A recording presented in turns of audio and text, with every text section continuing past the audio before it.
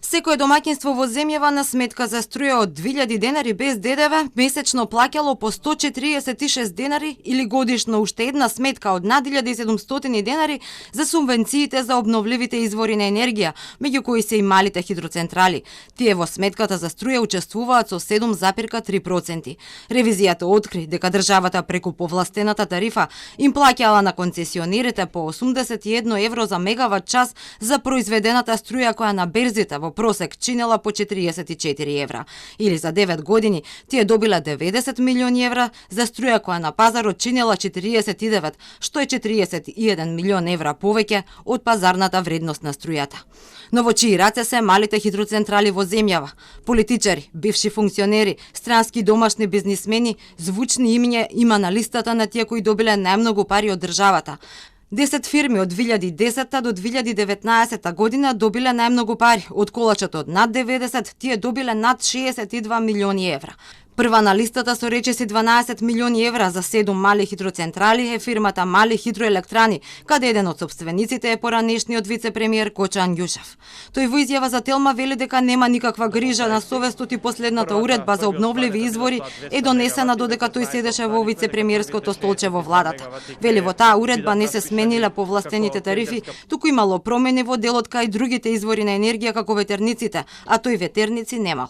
Извештајот на ревизорите за него не е баш точен, бидејќи тие не зела во предвид дека кога добиле на огласот за концесија, околу 100 мали хидроцентрали уплатиле 20 милиони евра во буџетот. Ангјушев учествува во сопственоста на околу 25 мали хидроцентрали преку компанијата Фероинвест, каде што се врати откако заврши со вице-премиерската функција. За овие 7 за колку што добил пари од државата, вели се уште не си ги вратил парите назад.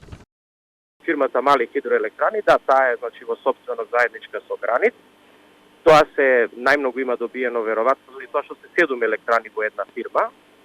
Тие 7 електрани, како што кажавте и сами, некаде имале приход околу 12 милиона евра, не е тоа субвенција, тие испорачале електрична енергија за тие пари. Тие 7 хидроелектрани коштаат најмалку 15 милиона евра, па бидејќи зборувате за период од 10 години, па видете секако каков е повратот на малите хидроелектрани. Јас одговорно ви гарантирам дека не постои мала хидроелектрана во оваа држава која што може да се врати за побргу од 10 години.